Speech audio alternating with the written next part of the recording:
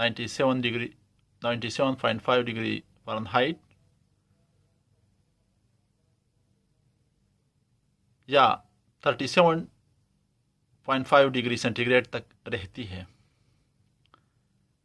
لیکن جب کبھی بھی کوئی انفیکشن ہوتا ہے، کوئی بیکٹیریل، وائرل یا کوئی دوسری انسانی جسم میں کوئی دوسری تبدیلی آتی ہے تو اس کے رسپانس میں ہماری جسم کی درجہ حرارت بڑھ جاتی ہے۔ یاد رکھیے، پیدائش کے تقریباً 7 دن تک چھوٹے اور نوزائیدہ بچوں میں اگر بخار آتا ہو تو یہ بخار زچگی کے دوران ہونے والی کوئی پیچیدگی ہو سکتی ہے۔ اس لیے ماں باپ کو چاہیے کہ اگر ان کو معلوم ہو کہ ان کے بچے میں، جس کی عمر ابھی 8-9 دنوں سے کم ہے، اگر اس میں بخار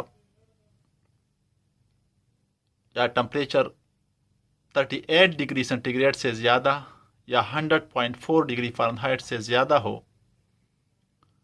تو اس کو فوراً کسی چلڈرن اسپیشلسٹ کے پاس ساتھ لے جانا چاہیے۔ ساتھ ہی اس کی ماں کی پوری ہسٹری بھی لینا ضروری ہے تاکہ بچے کی پرابلم کی مکمل تشخیص ہو سکے۔ 1 ماہ سے لے کے 2 ماہ تک کے بچوں میں بخار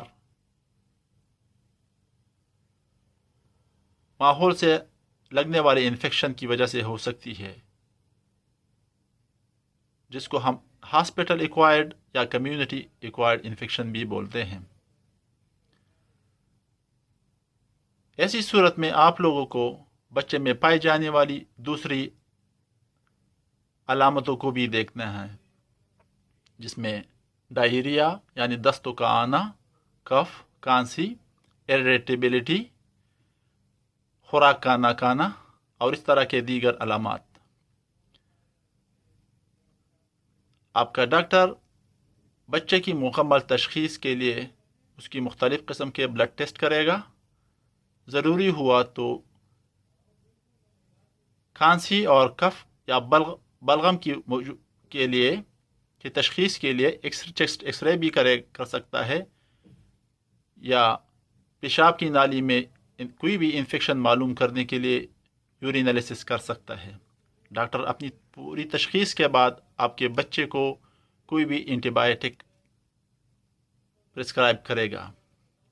اینٹی بائیوٹک کی کورس مکمل دورانیے تک ماں باپ کو چاہیے کہ پوری کرے۔ جہاں تک فیور کا تعلق ہے تو ایسے چھوٹے بچوں میں جن کی عمر 6 مہینے تک ہو، جہاں تک ممکن ہو بروفین کے استعمال سے گریز کیا جائے۔ ایسے بچوں میں ایسٹامینوفین یا پیراسیٹامول بخار کو کم کرنے کے لیے استعمال ہوتا ہے۔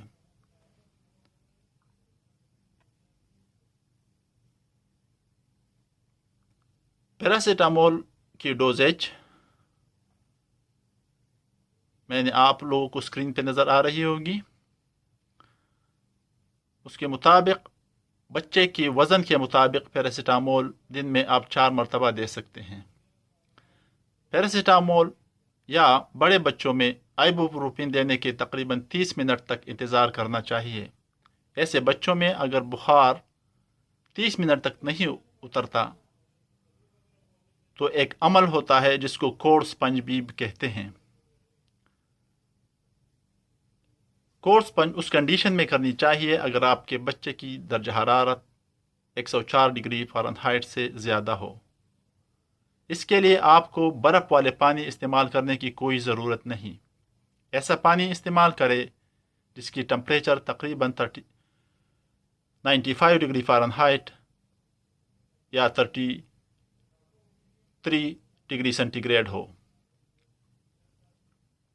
20-25 منٹ تک کوڑ سپنج کرنے کے بعد اگر بچہ شیورنگ محسوس کرے، اس کو کپ کپی طاری ہو، تو آپ کوڑ سپنج بند کریں۔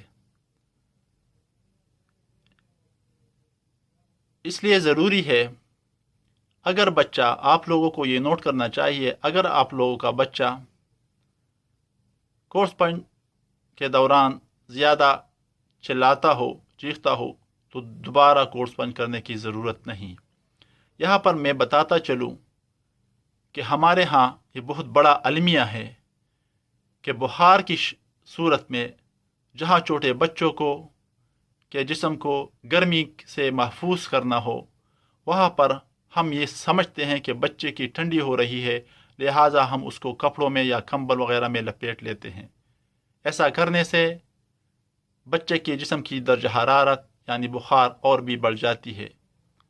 تو اس لیے ضروری ہے کہ مائیں ایسا کرنے سے مکمل اجتناب کرے، یا گھر میں کوئی بھی فرد ایسا کرنے سے اجتناب کرے۔ بخار معلوم کرنے کے لیے آج کل آپ کسی بھی فارمیسی سے مختلف قسم کے تھرمامیٹر لے سکتے ہیں۔ اگر آپ کے گھر میں کوئی ایسا فرد موجود ہے جو موبائل سے کوئی بھی نمبر ڈائل کر سکتا ہے، تو اس کے لیے کسی بھی بچے یا بڑے کی درجہ حرارت معلوم کرنا کوئی مشکل بات نہیں۔ یہ درجہ حرارت 1 مہینے کے بچے کے لیے چاہیے کہ اس کو پاخانہ کی جگہ سے معلوم، یعنی ریکٹل روٹ سے معلوم کیا جائے۔ جہاں تک بڑے بچوں کی بات ہے، ان کو اگر تھرمامیٹر منہ کے ذریعے رکھا جائے تو وہاں بھی معلوم کر سکتے ہیں۔ اس کے علاوہ کان میں رکھنے کے لیے اسپیشل تھرمامیٹر بھی اویلیبل ہے، اور انفراریڈ تھرمامیٹرز کے ذریعے آپ فور ہیڈ یعنی ماتھے کے ذریعے سے بچے کی جسم کی درجہ حرارت معلوم کر سکتے ہیں۔ امید رکھتا ہوں کہ آج کی اس ویڈیو سے آپ لوگوں کی معلومات میں اضافہ ہوا ہوگا۔ آئندہ بھی میں کوشش کروں گا کہ ایسے ہی معلوماتی ویڈیو آپ لوگوں کے لیے لاؤں۔ آپ مجھے اپنی آراء سے اپنے کمنٹس کے ذریعے آگاہ کیجیے۔ میرے اس ویڈیو کو اپنے دوست لوگوں کے ساتھ شیئر کیجیے۔ نیکسٹ ویڈیو کے لیے انشاءاللہ پھر ملیں گے، تب تک کے لیے اللہ حافظ۔